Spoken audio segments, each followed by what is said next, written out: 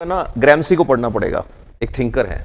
तो उन्होंने बोला है कि गवर्नमेंट क्या करती है, सिर्फ पॉलिसी नहीं लाती, साइड में ब्रेन वॉश भी करती है।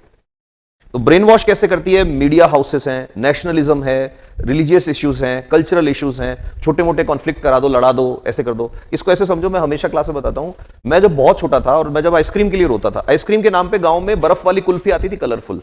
आइसक्रीम में क्रीम नहीं होती थी, बस वो बर्फ होती थी, कलरफुल टेस्ट सा होता था वो। तो वो जब आता था ना, तो वो गेट के आगे पौ पौ पौ पौ बजाता था, हम रोते थे बहन भाई के, भाई हमें भी खानी है। अब क्या करती थी मम्मी, दिमाग लगाती थी ग्रैमसी वाला। जो ज्यादा जब मैं रोता था ना और नहीं दिलानी आइसक्रीम, तो मेरे को उठा के और पेड़ पे टांग देती थी। एक पेड़ था बहुत ऊंचा, उसकी बहुत ऊंची ब्रांच पे बिठा देती थी मेरे को। अब मैं वहां बैठा हूं, मैंने वो पेड़ पकड़ रखा है, मैं अब भी रोता था, बट अब मेरी डिमांड चेंज हो जाती थी। अब मेरी डिमांड क्या होती थी? मेरे को नीचे उतारो। वो जब तक वहां से नहीं जाता था तब तक नीचे नहीं उतारती, जब वो चला गया गली से आगे तो पकड़ के नीचे उतार देती थी। मैं चुप हो जाता था, मेरे को लग रहा है मेरी डिमांड पूरी हो गई। साइकोलॉजी है ना कि डिमांड पूरी होती है, बच्चा चुप हो जाता है। मैं बड़ा हुआ, मैंने कहा यार मम्मी तो ग्रैमसी से इंस्पायर्ड थी। अब ग्रैमसी क्या बोलता है? ग्रैमसी बोलता है कि पब्लिक जो है ना, पब्लिक का दिमाग ऐसा घुमा दो कि उसका ध्यान इन चीजों पे जाए नहीं। अब तुम सोचो, तुम तो बहुत छोटी बात कर रहे हो कि लोग इसका अपोज क्यों नहीं कर रहे। ये क्या कोविड के लिए कभी अपोज किया क्या?